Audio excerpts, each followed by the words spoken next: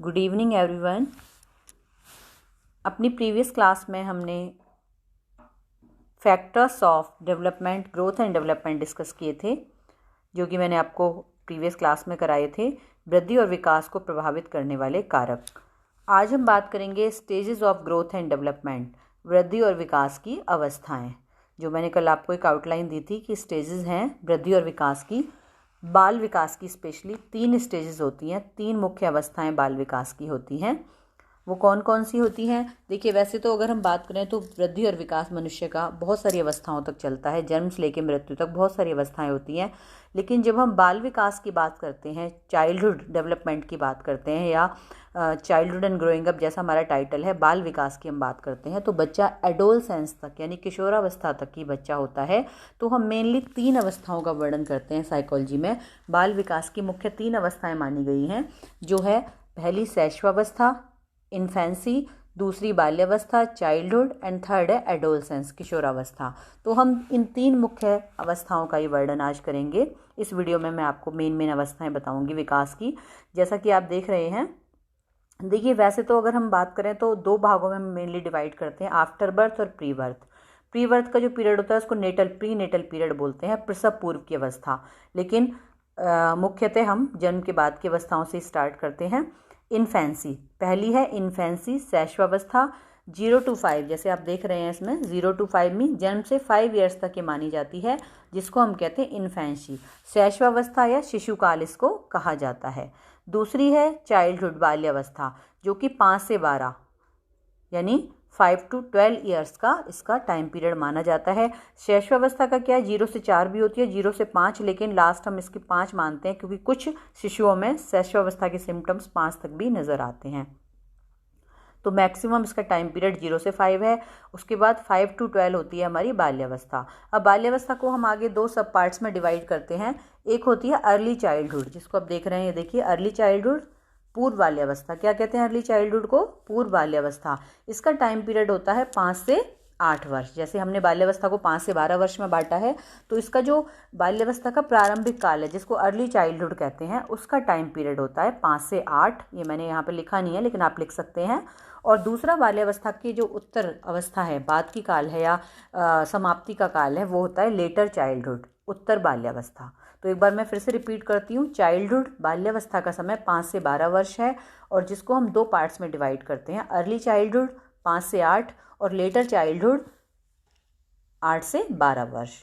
इसको पूर्व बाल्यावस्था और उत्तर बाल्यावस्था कहते हैं। अभी तो मैं आपको सिर्फ एक आउटलाइन बेसिक बता रही हूँ, आगे हम इनको डिटेल में पढ़ेंगे। उसके बाद है एडोलसेंस, किशोरावस्था, जिसको टीन एज भी कहते हैं। एडोलसेंस, इसका टाइम पीरियड होता है 13 to 18 ईयर्स। ठीक है, इसको कहते हैं किशोरावस्था, एडोलसेंस। तो मेन हमने कितनी अवस्थाएं पढ़ी हैं वृद्धि और विकास की? पहली इन्फेंसी शैशवावस्था, दूसरी चाइल्डहुड बाल्यावस्था, तीसरी एडोलसेंस किशोरावस्था। अब मैं आपको आगे के वीडियोस में एक एक करके इनका पूरा डिस्क्रिप्शन बताऊंगी। देखिए, ये अवस्थाएं, इनमें से बहुत सारे क्वेश्चन आपके सीटेट, एसटेट और आपके बीएड में आते हैं, सब्जेक्टिव पेपर में भी, फर्स्ट पेपर जो है आपका। तो आप एक एक अवस्था को अगर अच्छे से पढ़ेंगे, मैं इनके की पॉइंट आपको बताऊंगी। जैसे आप बुक में देखते हैं तो किसी में बहुत ज़्यादा डिस्क्रिप्टिव दिया होता है, पहले मानसिक विकास बाल्यावस्था में, शैशवावस्था में, फिर शारीरिक, मॉरल, अलग अलग तरह के डेवलपमेंट आपको दिए होते हैं। लेकिन मैं कुछ पॉइंट्स आपको, की पॉइंट्स जिनको हम कह सकते हैं, हर अवस्था में आपको बताऊंगी, जिसमें पूरी उस अवस्था का निचोड़, एक एसेंस डेवलपमेंट का आपको क्लियर हो जाएगा। पूरा डेवलपमेंट उन 8-10 पॉइंट्स में आ जाएगा।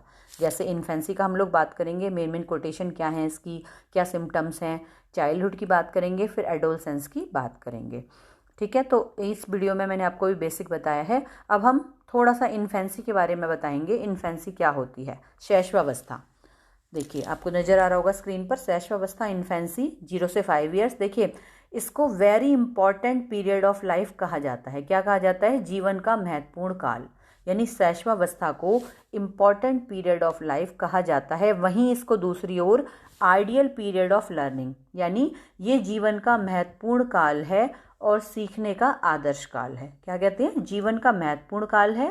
देखिए, a very important period of life, और आइडियल पीरियड ऑफ लर्निंग, सीखने की दृष्टि से एक आदर्श काल माना जाता है। अब देखिए, इसमें एक डेफिनेशन आपको दिख रही है, इसमें आप बाद में जूम करके देख सकते हैं। अकॉर्डिंग टू गुड एनफ एक लेडी साइकोलॉजिस्ट हुई हैं, एक मनोविज्ञानी हुई हैं, उन्होंने एक परिभाषा दी है इसकी शैशवावस्था की। किसी व्यक्ति का आधे से अधिक मानसिक विकास 3 वर्ष की आयु पूरी करते करते हो जाता है। क्या बोला है गुडएनफ ने? 1.5 mental development of an individual is attained by the age of 3 years. ये एक अच्छी डेफिनेशन मानी जाती है जो आपके कम्पिटिटिव एग्जाम में भी पूछ ली जाती है, तो थोड़ा सा आपको इसका ध्यान रखना है। अब इसके हम फीचर्स की बात करते हैं। देखिए, पहला होता है कि जो शिशु काल होता है, शैशवावस्था, उसमें बच्चे का दिमाग बहुत ज़्यादा क्यूरियस, बहुत रैपिड मेंटल डेवलपमेंट होता है। हम लोग जैसे अभी हमने परिभाषा पढ़ी कि 3 वर्ष तक पूरा हमारा आधा हो जाता है, 5 वर्ष की आयु पूरी करते करते बच्चे का 90% ब्रेन डेवलपमेंट हो जाता है। इतना क्यूरियस होता है बच्चे का माइंड। तो पहला है रैपिड मेंटल डेवलपमेंट। इसकी जो पहली फीचर हम पढ़ेंगे वो है तीव्र मानसिक विकास। जैसे आप देख रहे हैं, पहली क्या है? Rapid mental development. दूसरी है मेंटल अनस्टेबिलिटी, मानसिक अस्थिरता। बच्चे का माइंड बहुत अस्थिर होता है, मीन्स चंचल होता है। कभी वो इधर देखता है, कभी उधर, कभी उसका इस चीज़ पे दिल आता है तो कभी उस चीज़ पर। मीन्स माइंड अस्थिर होता है, चंचल मन होता है। वो बार बार इधर से उधर, उसका मन डामाडोल सा जिसको कहते हैं ना, कि स्थिर नहीं होता है। चेंजेस इन इंटरेस्ट, रुचियों में परिवर्तन होता है। मेंटल अनस्टेबिलिटी होती है तो इंटरेस्ट है वो भी चेंज होते रहते हैं। अब ये टॉय पसंद है, अगले क्षण उसको अगले ही पल दूसरा अच्छा लगेगा, या किसी और बच्चे के पास देख लिया तो उसको अपना कितना भी अच्छा टॉय हो वो उसको पसंद नहीं करेगा, फिर वो कहेगा नहीं मुझे तो ये चाहिए। तो इस तरह से शिशु काल में बच्चे की रुचियाँ बदलती रहती हैं। इसके बाद है डिपेंडेंसी ऑन अदर्स, दूसरों पर निर्भरता। जो शिशु होते हैं वो दूसरों पर बहुत ज़्यादा निर्भर होते हैं छोटे छोटे कामों के लिए, क्योंकि वो इतने कैपेबल नहीं होते फिजिकली और मेंटली। इसके बाद है टेंडेंसी टू इमिटेट, ये मेन फीचर है इसका, अनुकरण करने की प्रवृत्ति। बच्चे में दूसरों की नकल करने की प्रवृत्ति पाई जाती है। जैसे आप बच्चे को देखते हो, दादी माँ का चश्मा पहन लिया, लाठी ले ली, उसे धीरे धीरे चलते हैं, उसी तरह खांसते हैं, और कई लोग कई चीज़ों को इमिटेट करते हैं। जैसे स्कूल जाते हैं तो दूसरे दिन ही टीचर की नकल करने लग जाते हैं। तो इस तरह बहुत सारी टेंडेंसी उनमें इमिटेट करने की पाई जाती है। तो हम ऐसे बच्चों को अनुकरण करके सिखा सकते हैं। आपको बोलना सिखाते हैं बच्चे को तो कहते हैं ये बोल बेटा, ये बोल। इस तरह जितना ज़्यादा लोग इमिटेट कराते हैं बच्चा उतनी जल्दी सीखता है।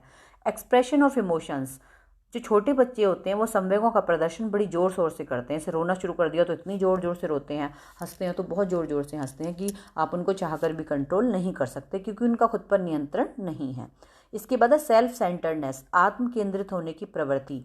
बच्चे में आत्म केंद्रित मीन्स अपने में खोया रहना। अब इसमें शेयरिंग नहीं आई है, अभी वो ग्रुप में रहना नहीं सीखा है, अपने में खोया रहता है, अपने खिलौनों के अपने प्रति वो बहुत ज़्यादा सेल्फ सेंटर्ड है। उसको कोई भी अगर ले, कोई उसको छुए भी तो उसको पसंद नहीं होता बच्चे को। वो अपने में ही सुकड़ा सिमटा, जिसको कहते हैं ना, अपने में सिमटा रहना, गुमसुम रहना, उस तरह से रहता है। लैक ऑफ मॉरलिटी, नैतिकता यानी अच्छे बुरे की भावना का विकास नहीं होता है। बच्चे को नहीं पता है कि अच्छा बुरा क्या होता है, क्योंकि उसको अभी वो समझ विकसित नहीं हुई है। 4 या 5 साल के बच्चे से आप मॉरलिटी की एक्सपेक्टेशन नहीं कर सकते हैं। लिमिटेड इंट्रक्शन, अभी सीमित अंतःक्रिया होती है, मीन्स अभी सोशलाइज नहीं हुआ है बच्चा, अभी सोसाइटी के संपर्क में कम आया है, तो उसका लिमिटेड इंट्रक्शन है, मीन्स अपने सिर्फ फैमिली मेम्बर से इंट्रक्शन है उसका, बातचीत है, अंतःक्रिया है। अभी औरों के साथ उसकी बातचीत ज़्यादा नहीं है, क्योंकि उसका सर्कल अभी डेवलप नहीं हुआ है। एक्सेस ऑफ क्यूरियोसिटी, जिज्ञासा की बहुत अधिकता होती है बच्चों में। छोटे बच्चे ऐसे क्वेश्चनिंग करते हैं, आपने भी देखा होगा कि आप कई बार परेशान हो जाते हो कि बेटा नहीं मैं बाद में बताऊंगी, आप उनके प्रश्नों से थक जाते हो। तो इससे क्यूरियस होते हैं कि ये है तो क्यों, उनके मन में छोटी छोटी चीज़ों को लेकर क्यूरियोसिटी होती है कि ये हो रहा है तो क्यों हो रहा है, जानने की इच्छा होती है। तो वो बहुत ज़्यादा क्यूरियस होते हैं, माइंड बहुत ज़्यादा क्यूरियस होता है। ऑब्जेक्ट परमानेंस, वस्तु स्थायित्व। अब देखिए, वस्तु स्थायित्व एक बहुत अच्छा गुण है जो कि प्याजे ने भी अपनी थ्योरी में बताया, जो हम आगे कराएंगे, कि बच्चों में चीज़ों को, जो चीज़ों की जगह है किसी भी चीज़ की पर्टिकुलर, उनकी मेमोरी में स्थायी हो जाती है।